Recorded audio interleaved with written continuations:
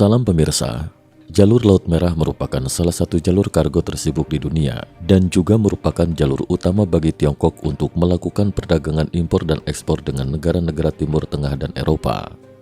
Angkatan bersenjata Houthi terus menimbulkan masalah di Laut Merah.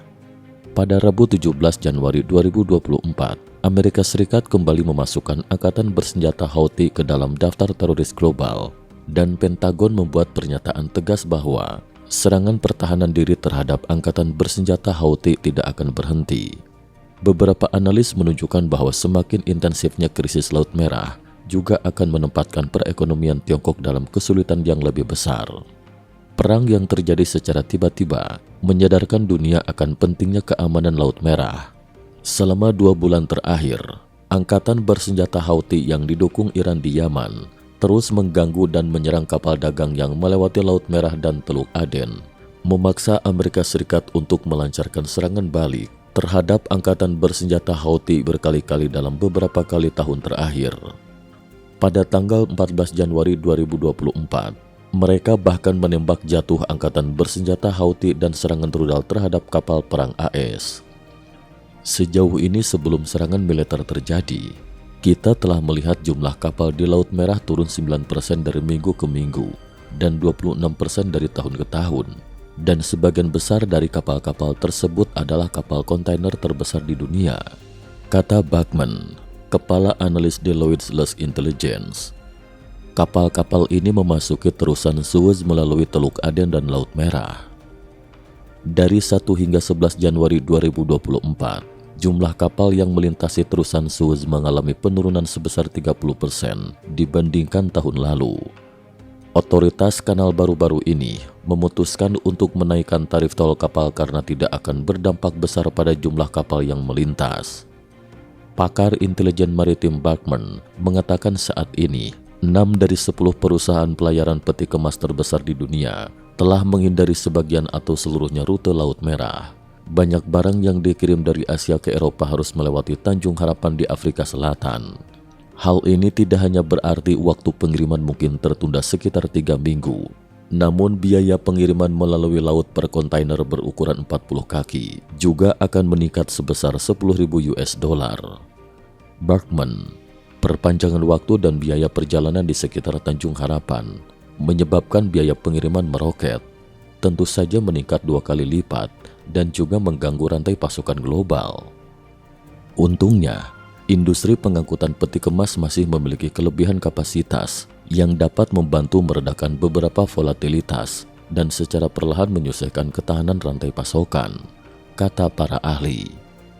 Namun ketidakstabilan situasi di Timur Tengah membuat masa depan sulit diprediksi, dan semuanya bergantung pada durasi dan intensitas operasi bersenjata Houthi. Pada tanggal 17 Januari 2024, Amerika Serikat memutuskan untuk menambahkan kelompok Houthi di Yaman yang didukung Iran ke dalam daftar teroris global yang ditetapkan secara khusus. Artinya, meskipun AS melancarkan serangan militer terhadap Angkatan bersenjata Houthi, AS juga akan menjatuhkan sanksi finansial yang akan berlaku dalam 30 hari. Penasehat Keamanan Nasional Gedung Putih Sullivan mengatakan dalam sebuah pernyataan, langkah ini merupakan alat penting untuk mencegah pasokan dana kepada Houthi untuk melakukan terorisme, semakin membatasi akses mereka ke pasar keuangan, dan meminta pertanggungjawaban mereka atas tindakan mereka.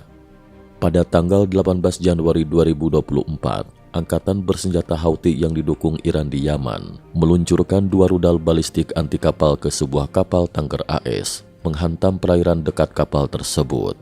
Tidak ada laporan mengenai korban jiwa atau kerusakan properti. Pentagon menyatakan pada hari yang sama bahwa Amerika Serikat tidak akan menghentikan serangan pertahanan diri terhadap Houthi.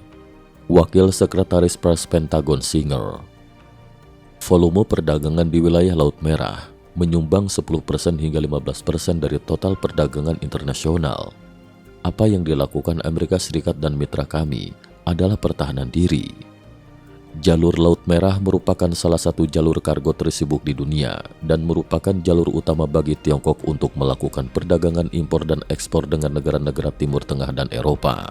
Oleh karena itu, Sebagian orang percaya bahwa serangan Amerika Serikat dan Inggris terhadap angkatan bersenjata Houthi telah melindungi kepentingan PKT di Laut Merah dan menguntungkannya.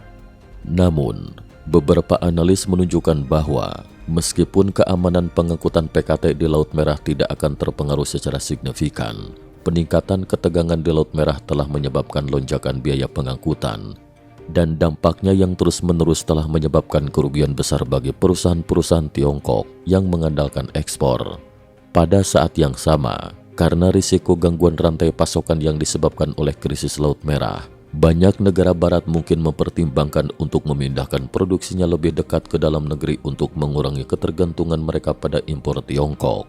Patut dicatat bahwa Partai Komunis Tiongkok yang tidak pernah mengutuk tindakan Houthi baru-baru ini mengubah sikapnya.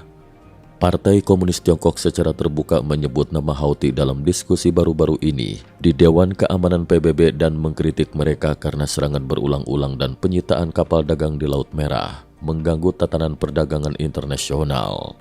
Para analis menunjukkan bahwa perubahan dalam retorika Partai Komunis Tiongkok mungkin disebabkan oleh kesadaran Partai Komunis Tiongkok bahwa semakin intensifnya krisis Laut Merah akan menjerumuskan perekonomian Tiongkok yang sudah lesu ke dalam kesulitan yang lebih besar, dan Tiongkok harus melakukan kompromi.